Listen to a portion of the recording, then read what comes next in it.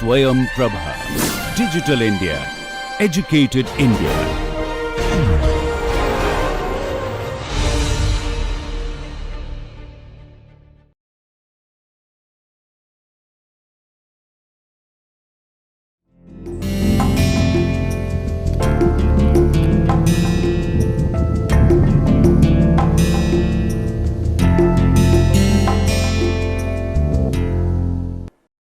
Hello, my name is Dr. Himanshu Tyagi and I am teaching this course on heat and mass transfer, and let us go ahead with today's lecture, which will be an extension of the convection fundamentals that we have been studying so far. So, if we look at today's lecture number 17 is titled forced convection, and we will look at one aspect of forced convection, which is for external flows. Before we do that, let us do a recap of what we have done in the last class, which is about the fundamentals of convection. We have looked at flow past a flat plate and how does the momentum and heat transfer parameters vary in that. So, using the Blasius solution, we had looked at things like the overall drag force, overall rate of heat transfer which is taking place from the plate. So, using Blasius solution, we have found out the overall Nusselt number. I will highlight it with red color over here with red border, and the overall convective heat transfer coefficient over here, because these are very important for engineers in order to calculate the overall rate of heat transfer from this flat plate to the fluid surrounding it. So, these are very interesting results that we have obtained. Next, we look at the concept of analogy between momentum, heat and species transfer or mass transfer equations, and we looked at the analogy with the help of non-dimensionalizing the equations. So, if we did that, ultimately what we found is these two equations written on the lower right hand side corner, one is for momentum written as m and one is for heat written as h over here.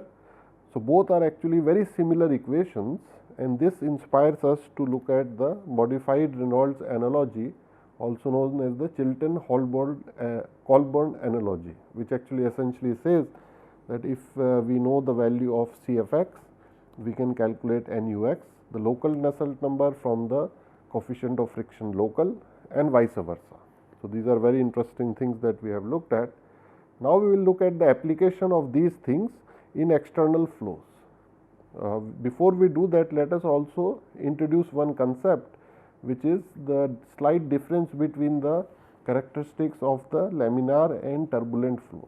So, this we will explain with the help of momentum transfer and heat transfer. So, as shown in these lot of pictures on this particular slide, we can see some places the flow is laminar, in some cases flow is turbulent, in some case it starts as laminar and then becomes turbulent over here, and the sketch on the right hand side shows the schematic for each one of them. So, if I ask the question to our students that if I take a velocity measurement probe, and we will draw it with the red dot over here, and I put at this point A over here in the laminar case, and then I will compare it with point B over here in the turbulent case. And I can do it for all the pictures over here. I can here say this is point A and this is point B. So, remember what we are trying to do is we are trying to measure velocity in the x component at time A. So, it will be a function of time, and the same thing we are trying to do is the x component velocity at point B as a function of time, just for interest sake. And later on we will do the same thing with other parameters like temperature. So, I want to measure temperature at point A as a function of time, temperature of point B as a function of time. Then similarly related to pressure, I can do pressure at point B, pressure at point A. I can also do with densities. And let us see if we make the characteristic plot, and I want to compare. So, A and B are different in one sense, that A would be always laminar and B is always turbulent. Then let us see if we plot the temperature, the temporal plot, which means as a function of time, how will the plot look like? Let us go ahead and do that. So, I will move on to the next slide. So, I want to make the plot for two cases. laminar case and turbulent case. So, for the laminar case, what happens is the flow, if it is steady, it is not changing with time. So, I will say UAT at any given point. So, in the steady state condition, this line remains flat, which signifies that the velocity, it is not changing as a function of time. And the same thing if we do for turbulent case, maybe this point for point B. Here also the mean velocity may remain constant, so which I am showing with a dotted line, but if you look at the instantaneous velocity, it is actually all over the place. So, it will in turbulent cases, it may go up and down, very fluctuating, it may go like this. And why is it so? Because in the case of turbulent flows, there are a lot of eddies which are actually passing around. So, it could be very small size eddies, large size eddies. So, these are kind of fluctuations, whereas in the laminar flow, the the velocity is very uniform over here. So, as we can see, there is lot of differences in the velocity profile. The way I have drawn them, both the mean velocities are same. So, for the laminar case as well as for the turbulent case, if I put a number over here, if this is 10 meters per second, here also the mean velocity is same. But in turbulence, in addition to the mean flow, mean bulk flow, there are also fluctuations overriding on top of that. So, which means in case of turbulence, I can write the velocity as a function of time essentially as a mean component u bar, which is having this particular value. So, this is my mean value u bar, plus I can write it as a fluctuating component u prime t. So, I will define it in this way, that this is the overall velocity, which is this is the average or mean velocity, and this is the fluctuating component.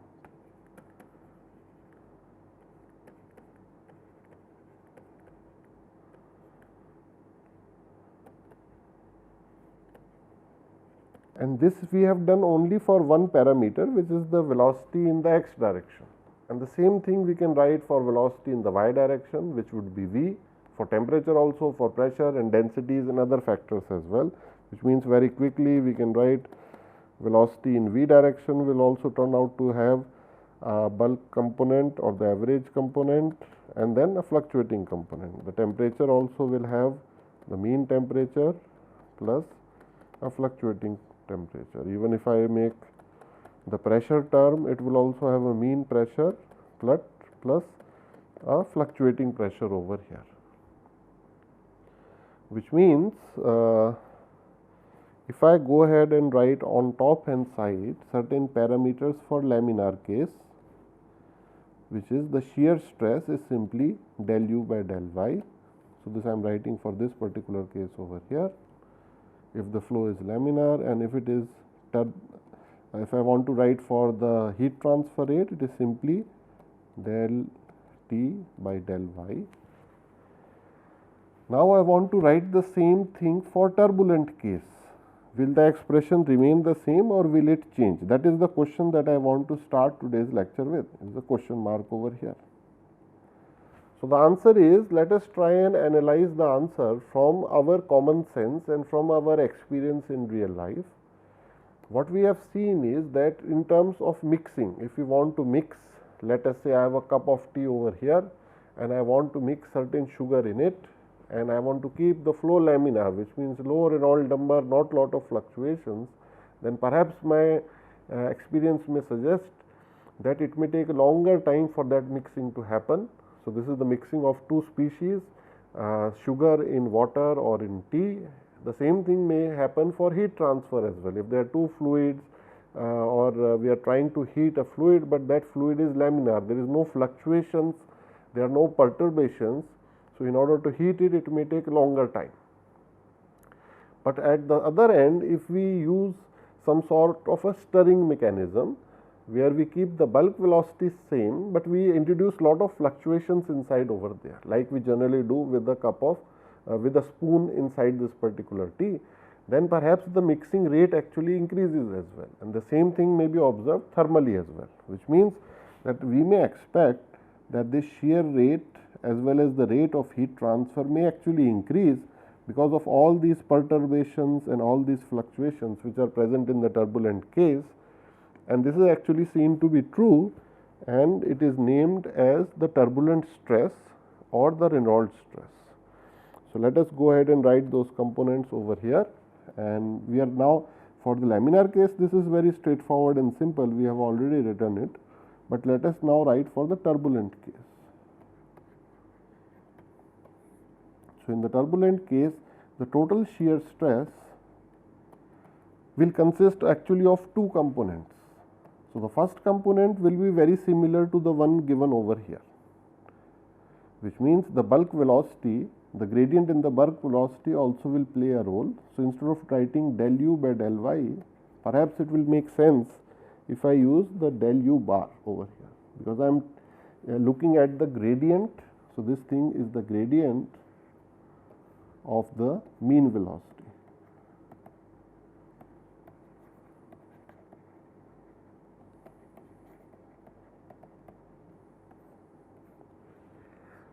So, this would be the term which is very similar to the laminar case over here. So, I can highlight this blue circle over here is very similar to this blue circle over here, right. I am just replacing u with u bar, but in addition to that one more term actually comes over here, which I will write as this.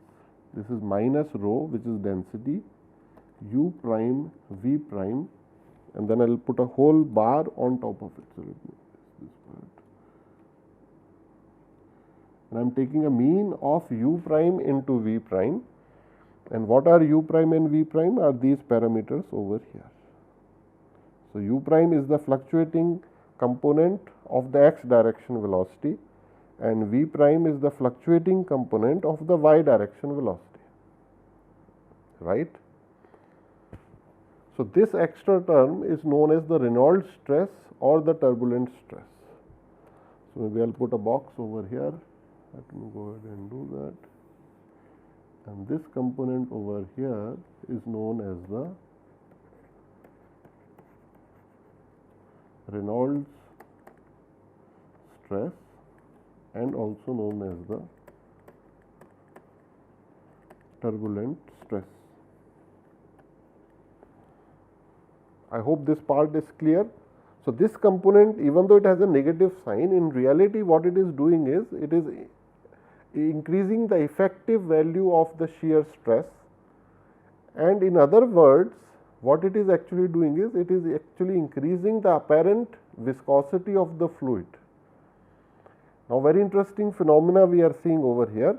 Let me go ahead and first write and then try to explain, which means this equation over here, left hand side remains the same, right hand side can I write it in terms of this.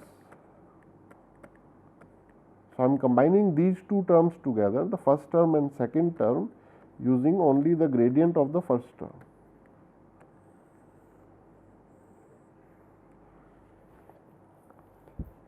And this particular part is known as the turbulent viscosity.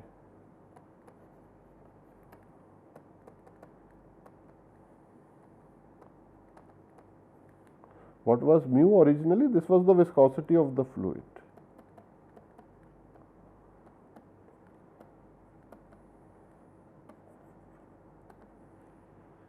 So, in other words, one way of looking at this particular equation over here in green star is that whether the flow, once it becomes turbulent, its apparent viscosity increases, because now the total viscosity becomes not just mu, but mu plus mu t. And what this equation suggests is, keeping the same bulk flow of 10 meters per second, if I start decreasing the fluctuations, which means if I start making it less and less turbulent, so mu is the property of the fluid, which means if it is the fluid is air, then mu value is different, if it is water it is different, but mu t we cannot measure for water or for air, it is for that particular fluid having a certain amount of turbulence in it, which means if water is remaining still in some cup over here, there is no motion, there is no fluctuation, then what is the value of mu T for water, turbulent viscosity for water? It is 0 because it is stationary. Okay. So, what I can write it in terms of, maybe I will explain it with some curve over here, that I will draw 3 different type of turbulent flows having the same bulk velocity or the same mean velocity. So, in all these 3 cases, so what I am plotting is u as a function of t, this is also u as a function of t, and this is also u as a function of t. And let me put a mark over here which shows 10 meters per second. So, this thing is 10 meters per second over here, same thing here, same thing here. So, if I put a dotted line and a dotted line and then a dotted line. So, in the first case, my turbulence value is very less, so it is low turbulence, so it looks something like this. In the second case, the turbulence is slightly medium over here, medium turbulence. In the third case, the turbulence value is very high. So, over here essentially what we are seeing is, in technical terms, we would define it in terms of the root mean square velocity. RMS is low, maybe I will put value is less than 0.5 meter per second. Over here, root mean square velocity is about 2 meters per second, and over here, root mean square velocity is 5 meter per second. So, I am not defining root mean square velocity, these things students can look up themselves, but here I am saying that the turbulence intensity is low, here the turbulence intensity is medium, and here the turbulence intensity is very, very high.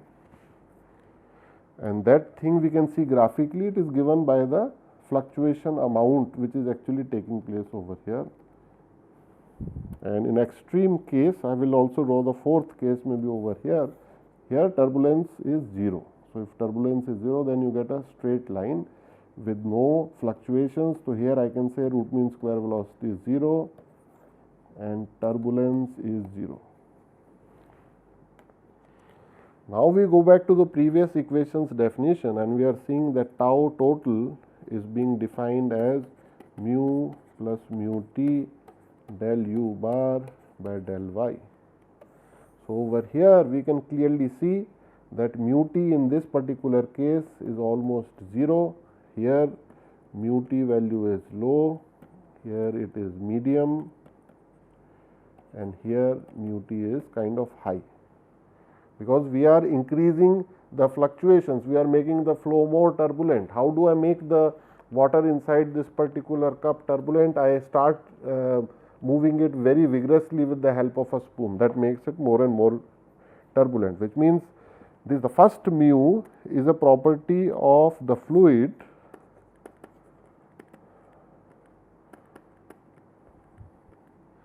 the second mu t is a property of the flow.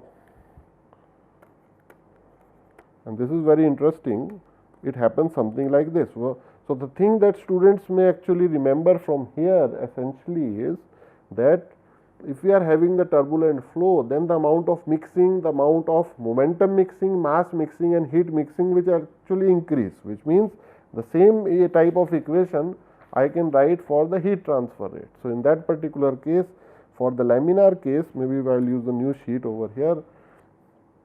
For laminar case, I can simply say q dot is minus k del t by del y.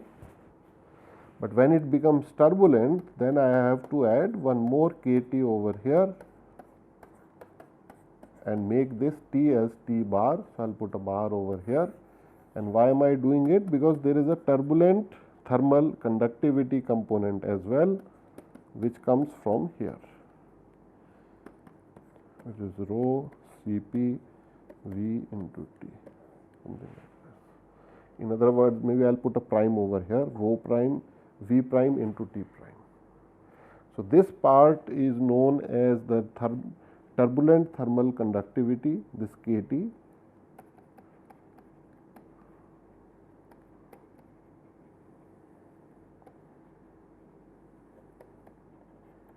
which is a property of the flow, and this small k over here is the simple thermal conductivity that we have been studying so far.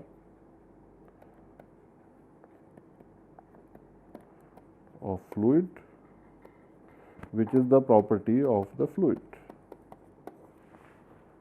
So, by making the laminar flow actually turbulent, we can apparently change the properties of that particular fluid. So, always remember the word apparently, because we are not actually changing fluid property, but we are changing apparent fluid property. So, I think this was one thing that we have to study before we enter into the external type of flow. So, now what we are going to look at, because the reason for studying this laminar and turbulent cases is very important, because in real life, although laminar is very easy to solve and we can get mathematical answers, but in real applications, unfortunately, almost all of the things which take place at large scale, large velocity, they actually lie in the turbulent regime. So, we must have correlations even for turbulent regime, even though they are slightly less accurate than laminar. They have not been derived analytically, but rather obtained empirically. So, some examples we will look at from now onwards. Now, what we want to focus on is that forced convection, if it is taking place. So, if you remember, we have told that if some blower, some fan, compressor, pump, or some actual active device, maybe it is a lung which is actually throwing away the fluid, if the fluid is actually being moved by some externally driven powering agency, then we are terming it as forced convection. And forced convection can take place at various surfaces. If I have over here some air is blowing on top of this hot surface, then I would say that because this surface is surrounded by air on all sides, so then it is the type of external convection, because all the things are external, all the air is actually surrounding it. And the reverse can also take place. If I make a pipe and fluid is flowing through the pipe, then actually the fluid is contained inside the pipe. So, there it will be the case of internal forced convection. So, we will look at both of them relationships separately, and we will start with the external forced. So, we are looking at forced convection for the external type of flow, and some examples, let us look at it. So, best example is this flat plate. If it is heated, then some air is going on top of it, then this air is taking away heat. So, this heat we want to find out how much it is taking. So, this is an example of external forced convection. If instead of this, let us take a aerofoil shape over here. This could be a gas turbine blade, then hot gases are flowing around it, and usually over here the temperature of these gases is very high, that we have to figure out what is the rate at which heat is actually entering this gas turbine blade, because as collaborators with metallurgical engineers, we have to figure out that temperature does not cross a particular limit. So, this also is an example of external flow in which convective heat transfer is taking place. I can change this aerofoil shape and actually make it spherical or cylindrical also. So, if this is a hot high temperature cylinder which is surrounded by cold air over here, so then some sort of a heat transfer will take place here also. So, I want to find out Q dot convection value. So, in all these cases, so this can be a cylinder, I can also make it a sphere. So, in all these cases, one thing is common, that the object is surrounded by flow on all sides. So, let us say on a cold day, if I am standing outside and wind is blowing left to right, so I can assume myself from the top view to be a cylinder of a particular height. Then in reality that actually takes place. So, this is an example of external convection as well. So, my body is at, let us say I am standing in Kanpur in winter temperature, 10 degree air is blowing, and my skin temperature could be around 32-35 degrees centigrade. So, I am losing lot of heat. So, in winters we will wear lot of sweaters and jackets in order to protect this cylinder, which is actually me, from losing heat to the air. So, this is what I will study it like a external flow. So, forced convection taking place in external flow. So, let us start with that, and even though we are looking only at forced convection, again two parameters we will always look at. One is the value of the coefficient of friction,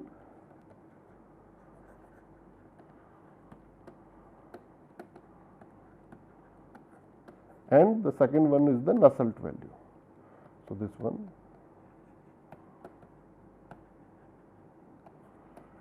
Before I go into details for all these type of cases and try to explain the value of CFX and NUX, let us look at very quickly one very fundamental difference between a streamlined body and a bluff body. So, this could be a streamlined body over here, and the same thing if I make it vertical, then it can become a bluff body. So, if fluid is flowing over here or compared to the fluid is going over here. So, I think this we have seen earlier. So, some sort of a wake or eddy region will be developed over here, and here we will have PA, pressure at point A and pressure at point B. There will be huge difference between these two pressures over here. So, the drag force experienced by this particular body over here will be predominantly due to friction. The drag force experienced by this body over here will be predominantly due to pressure drag. So, in reality, all objects in real life are somewhere in between a streamlined body and a bluff body. So, let us say somebody is driving a car or a scooter. So, that car, that scooter, truck, aeroplane, these things are somewhere a compromise between fully streamlined body and a bluff body. So, this is an example of a bluff body over here. Spheres and cylinders are perfect bluff bodies, they do not have any streamlines around them, but we can create streamlines by you must have seen very high speed cyclists, they usually they wear some helmet which is these days shaped like this. So, instead of wearing spherical helmets like we all do in big cities like Delhi and Bombay, so their helmet, if this is the top view of the helmet I am drawing. So, they are trying to make this red sphere as a streamlined green body over here. So, that instead of the flow going like this over here with some recirculation region. So, they are avoiding the recirculation, making the flow very smooth over here, very streamlined. So, using some expensive methods and other techniques, we can always convert a bluff body into a streamlined body. In some cases, it is worthwhile to do that, in some cases, it is not worthwhile.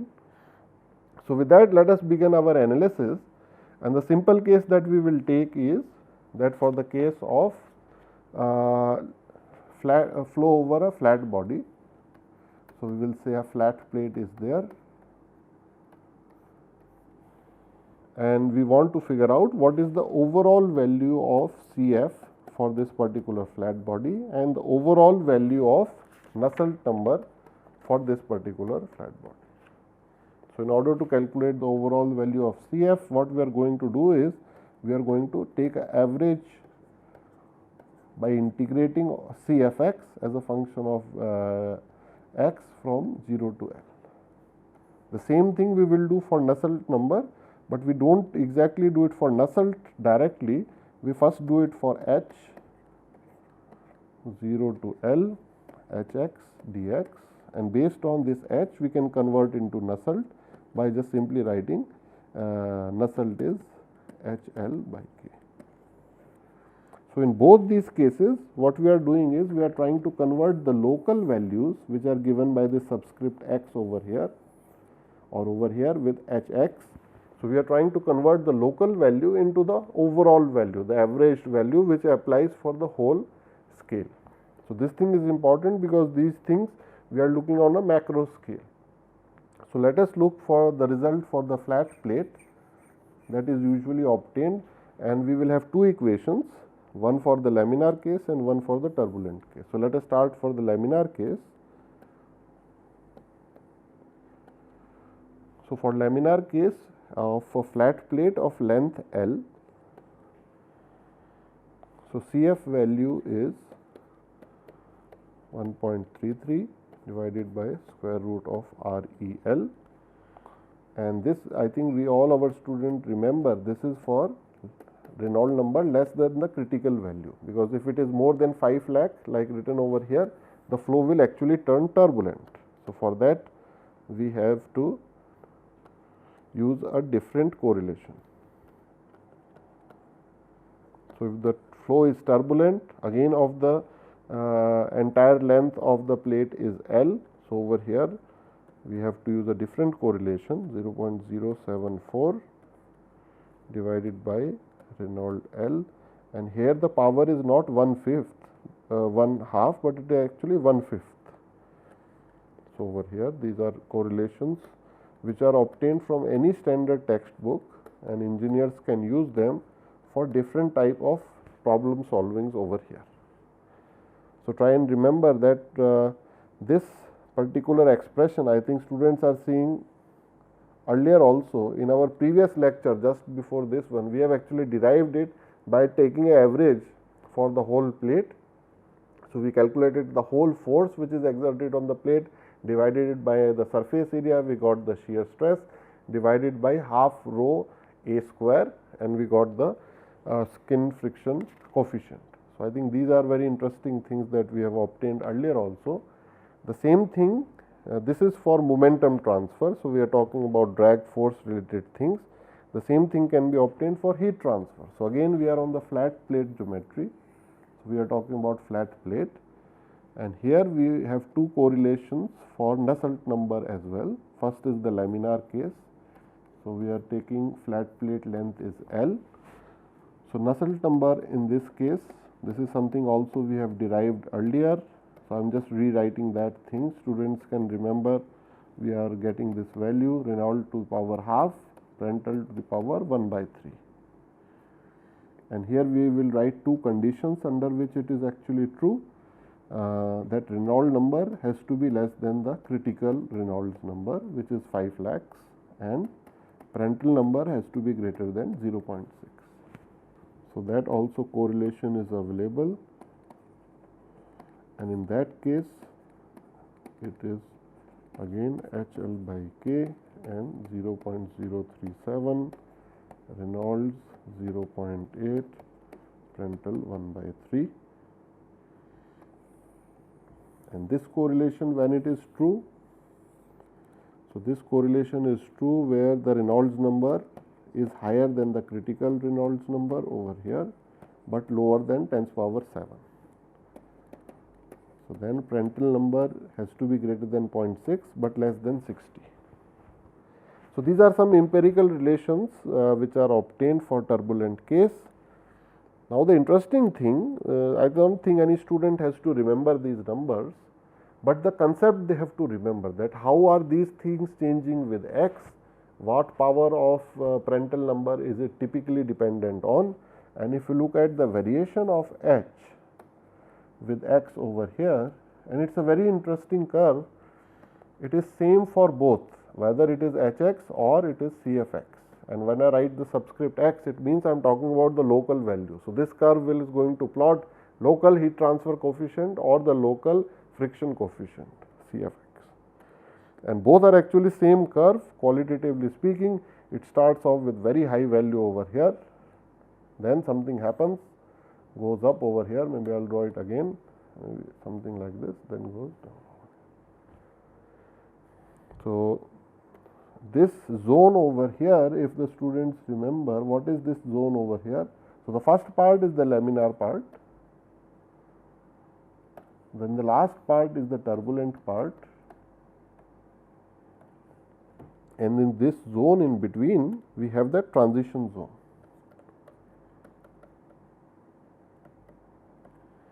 And remember, this transition zone in reality is very, very small, just for the explanation of concept that we are making it slightly significant. Usually it is very small, few microns probably, and it keeps on fluctuating as well. So, sometimes that is what transition means. At that point, sometimes the flow is laminar, sometimes it is turbulent. So, if you look at that particular part, it becomes laminar, turbulent, it is kind of fluctuating, it is transiting. That is why it is known as the transition zone. It is not a regime on its own, it is that particular small thickness in which either the flow becomes laminar or turbulent, it is kind of moving. If you are below it, then flow is always laminar. If you are after it, flow is always turbulent. There is no transitions here, but in between somewhere over here there is transition. So, I think this is a very powerful curve over here, that we can see that both of these, they actually start off with very high values when they start off. Then when I will draw the boundary layer over here where. So, this thing corresponds to this particular zone. So, the boundary layer goes like this, and this is transition, then it becomes turbulent. So, this is a laminar boundary layer, it is turbulent boundary layer. So, this is a very good overlap between these two figures over here. So, this is the boundary layer. So this makes the picture clear. So I think concept wise make it more clear. Equations you can solve on your own. You can figure out what exact value, whether it is 0.664 or 0.037. So these numbers by themselves are not that important, but if you have understood the concept, then you can always extend it to other things as well. So I think this is very nice thing we have looked at. So external forced convection we wanted to start. So first part we have done for that. First part was that we will look at the flat plate geometry. Now let us look at another interesting geometry, which is the bluff body. So we will look at two cases, that we will look at spheres and cylinders. And I think we all growing up, we have been playing with all type of spheres. The best sphere to play with is balls. You can have cricket ball, football, Teti ball, and some other things over here. So what I am going to focus today a little bit is something known as the golf ball. And the golf ball is very unique in such a way that intentionally, I think many students who might have seen it. So if you take a perfect sphere, so our TT ball and other balls are kind of perfect sphere. But in golf ball, what we will do is, there are certain dimples which are present. So dimples are some sort of a dents which are present over there. So what could be the reason for that? So today I will try to show with the help of example. So what is the reason for these dimples in a golf ball? And maybe the answer may come from, if you look at this flat plate over here and then air is blowing over it. So in order to actually stop it from moving, I have to apply a certain force. So I can say some drag is being applied over here by air. I will say Fd1. In order to counter Fd1, I have to put a equal and opposite force Fd2 in this direction. So does this drag force play a role somewhere over on the golf ball? That is what we will try and look at today. So let us start with some of the images that I have collected, and we will look at that image. So what we want to look is the flow across cylinders and spheres. And this is a golf ball we have seen photograph over here, and these dimples are very clear. So you can see these circles I can draw over here. So these are all example of dimples.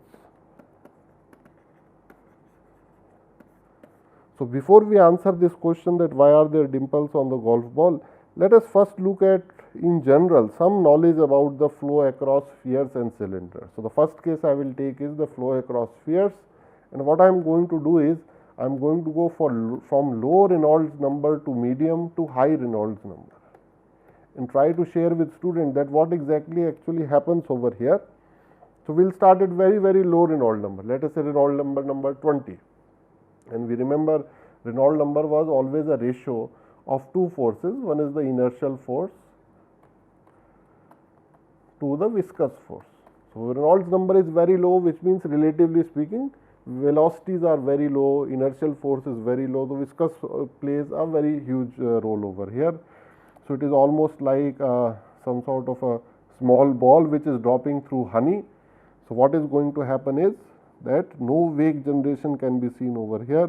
The flow comes on the left side, it is streamlined, and then it goes over here on the right hand side. Very beautiful flow takes place, and we can see it the photographic evidence as well very nicely over here.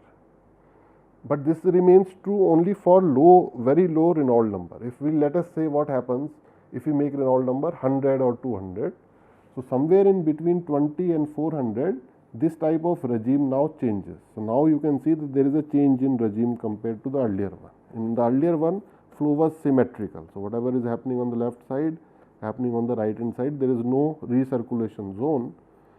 But now we are seeing this recirculation zone. What is this recirculation zone? Some sort of a zone which we can see over here. And this thing we can see in real life as well. So if let us say I am standing on top of a bridge, and this is the river which is flowing over here. So I will show in blue color maybe. So the river is flowing over here. So generally bridges will have certain pillars. So I am drawing the top view. So if there is a pillar over here and over here, so a person is standing at this point, let us say point A. So on this bridge there are two pillars, and the flow is taking place like this. So what you might see over here is that some sort of the flow goes over here, water is going, but over here you will see recirculation zone, which means here water is flowing very fast, here very fast, and here very fast. but at this particular point they are recirculation zones, which means by chance if some plastic packet or some floating thing, some floating debris is caught over here, then it will keep on recirculating for 3-4 hours at this particular point, because it is not able to come out over here. But if that paper, plastic or some floating device is over here, it will immediately go in that direction. So, that is what is the recirculating zone. So, we can see it in our real life as well. So, it is something over here, and I think it is very faint, but we can see the recirculating zone over here as well. So, this is the photograph of the wake of the sphere. So, this portion is known as the wake of the sphere. And we have also had experience of that. Let us say I am driving a motorcycle on the highway, I am on the left lane, and then suddenly a very high speed big truck passes me, and he has not touched me in any way, but once it actually goes away, then our motorcycle feels a little bit of some force is felt. That is because once the truck has gone ahead of me, then I have entered the wake which he is actually leaving behind. And in ships and boats also, if some boat is going in this particular direction, then it will leave some sort of a wake in behind over here. So, if this boat is going over here, so this is the wake over on this particular side. So, I think this concept is clear, we have all seen it. Now, let us see this thing in 3 dimension. What exactly is this recirculating flow? It is some sort of a ring that we are seeing over here. So, if you go back, how did this particular circles become ring? So, maybe I will erase this particular point. So, this figure is actually shown in 2 dimensions. So, if I rotate the whole thing on this axis, so these 2 loops will actually join together and they will become a ring. So, whatever thing circles I am seeing on the top view, if I make it in 3 dimension, this circulation region over here also, if I join it in 3 dimensions, it will become ring, and these are the vortex rings which are being shed from behind the sphere, and cylinder also it takes place, and still the Reynolds number is not very high. We are at 350 Reynolds number. What happens if we increase Reynolds number a little bit further? So, these vortex rings now start to become vortex loops. So, this is our sphere over here, and behind this is the wake region over here. And what we see, very beautiful images shown over here, taken from the gallery of fluid motion. This is actually the wake region, this is the vortex loops, and you can see there is a horseshoe shaped loops as well. This, that kind of horseshoe shape we can see over here, and this happens in the Reynolds number between 400 and 1000. And this particular vortex loop which are being shed, first the vortex ring was being shed at 350, then it becomes vortex loop, and there is a animation over here. So, this is a numerical simulation, and I think this one is giving the top view and this one is giving the side view of the same thing. And again, like yesterday we were seeing that one vortex comes out like this one from the top side, and then one comes from the bottom side, then another one from the top side, another one from bottom side. So, if I put some sort of a cloth in between over here, then it is going to wave something like this, because this thing when it is there, then this one is here. So, very interesting vortex shedding we are seeing over here. Then we look at higher Reynolds number, what happens? So, please pay attention to this high value over here. So, this is kind of very close to the critical Reynolds number, right. So, till this particular, this is the wake, this is the wake behind the sphere, and this is the wake behind the sphere. So, if I call this as case A and I call this as case B, now I will ask that question: if I am playing golf or if I am driving a cycle through a competition and my body is acting like a bluff body, do I want a bigger wake or a smaller wake? So, think in terms of that pressure drag term that we had talked about earlier. So, pressure drag, let us say on this flat plate, if the force is acting like, if the flow is going like this. So, there the point pressure here is PA, here the pressure is PB. So, PA is much greater than PB, sorry, PA is greater than PB. So, in order to minimize this drag force, which is simply area multiplied by PA minus PB, I want either of two things. One is that the pressure difference becomes less, which is not much in my hand, or the area becomes small. So, over here once the wake area actually becomes small, so surprisingly our drag will actually go down. So, over here in the top case we are saying that the boundary layer is still laminar. So, over here it is the laminar boundary layer, and over here the boundary layer is somewhere over here. Here the boundary layer has turned turbulent. It has become turbulent boundary layer. So, in real life applications as shown in this photograph over here, the wake is very big wake, and here the wake is small wake. So, what is the consequence of this reduction is given very beautifully in this drag coefficient curve over here. So, drag coefficient is essentially, I think it is defined on the next page over here. So, this one is FD divided by area divided by half rho V square into the projected area. So, that is the drag coefficient.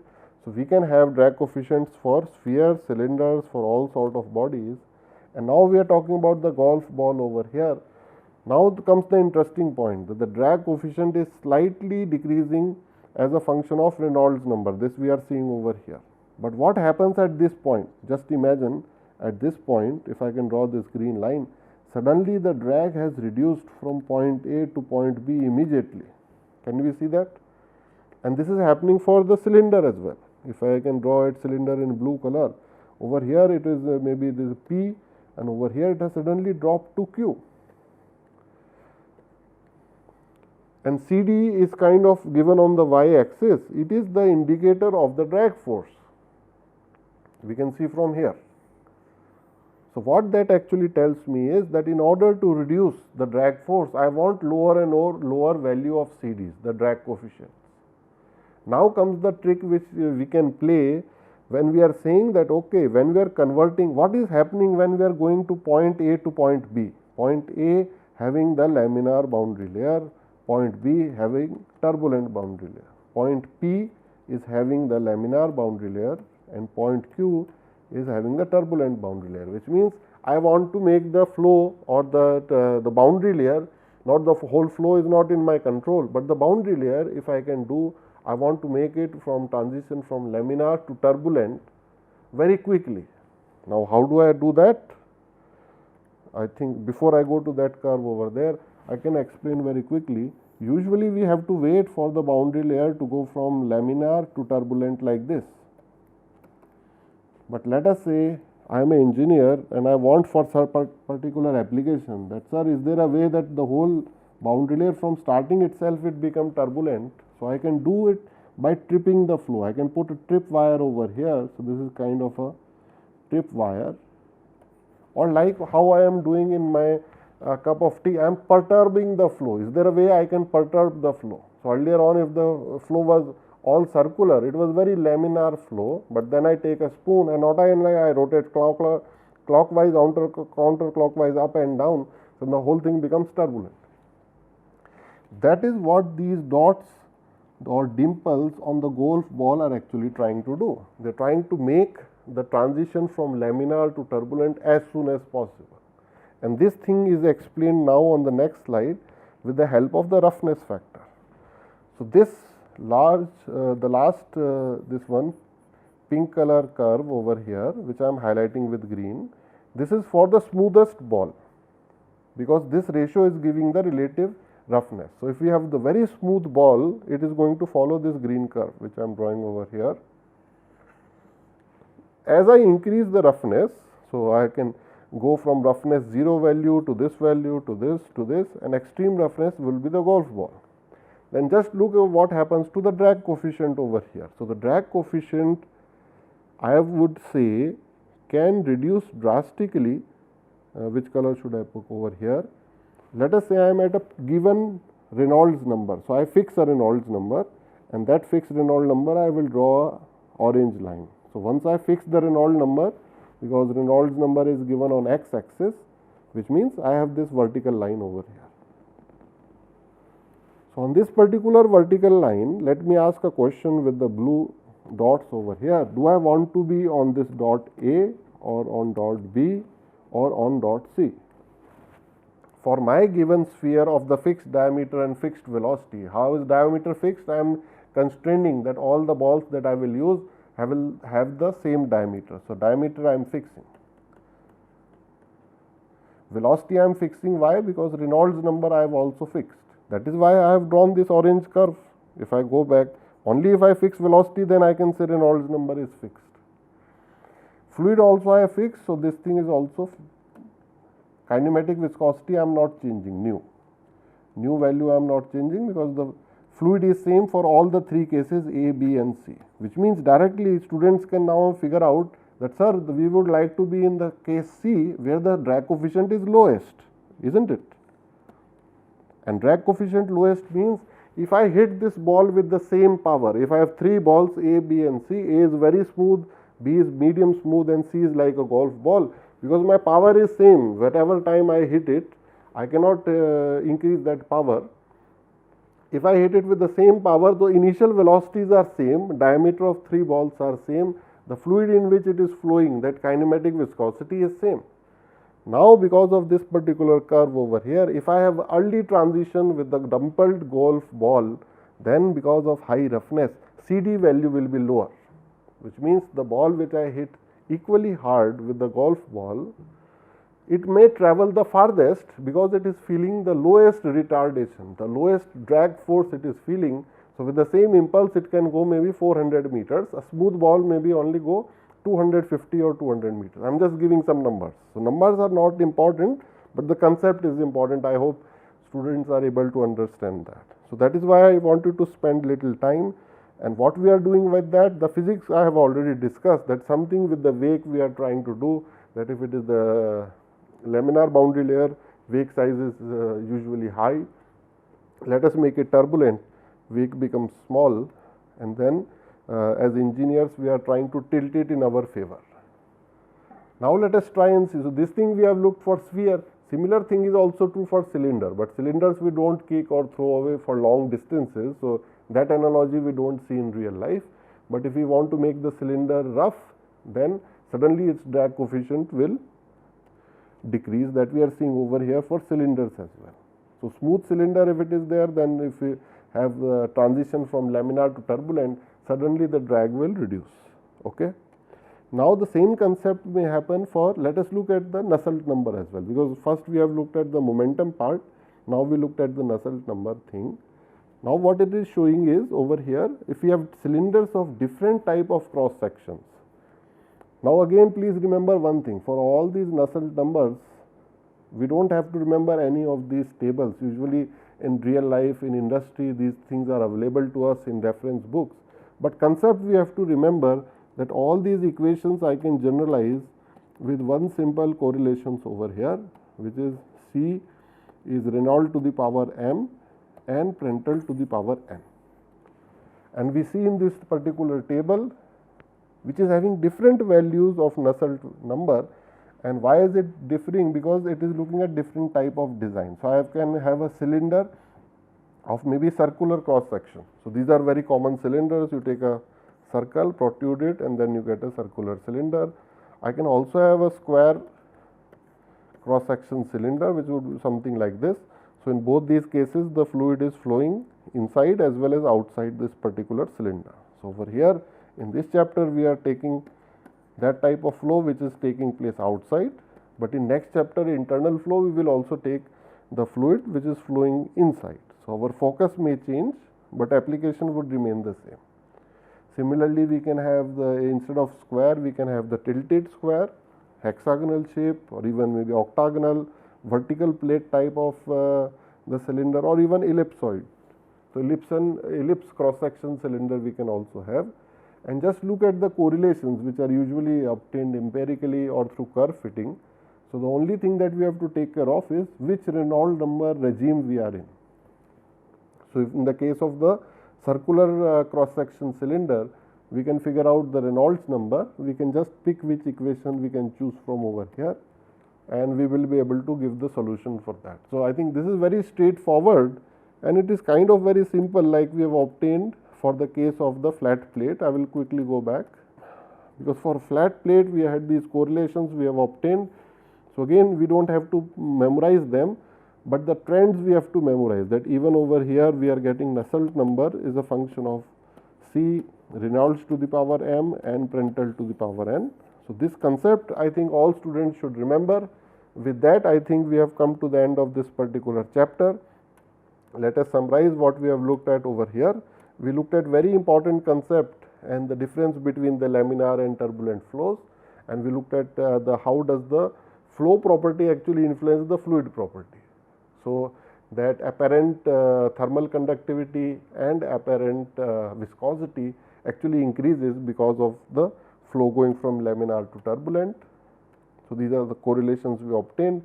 Then we looked at the external flows various types, and we looked at the correlations which are given over here for coefficient of friction. Then we looked at correlations for laminar and turbulent case, for Nusselt number as well.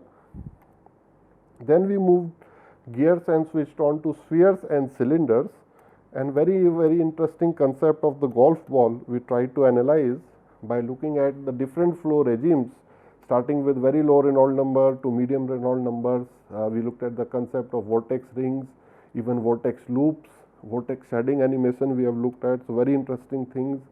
And then we looked at the reduction in wake size when it goes from the laminar boundary layer to the turbulent boundary layer at this critical Reynolds number, around 2 into 10 to the power 5 or so, and that 2 into 10 to the power 5 corresponds to this value over here, and we can call it the Reynolds critical. And over here we found very interesting phenomena taking place. Boundary layer goes from laminar to turbulent, drag reduces immediately because the wake size becomes small immediately at that particular point, and this thing we can do by making the ball rough at much lower Reynolds number as well. Okay. So, here we were trying to compare 3 cases A, B and C, and we figured out C is the best case to be used as a golf ball, because then the drag coefficient is lowest, ball will travel the furthest distance ahead, and we can win by a less number of strokes. So, I think with that we have come to the end of this course, in this particular lecture, and I thank all the students. We will meet again, and then we will look at the concepts behind forced convection in internal flows. Thank you.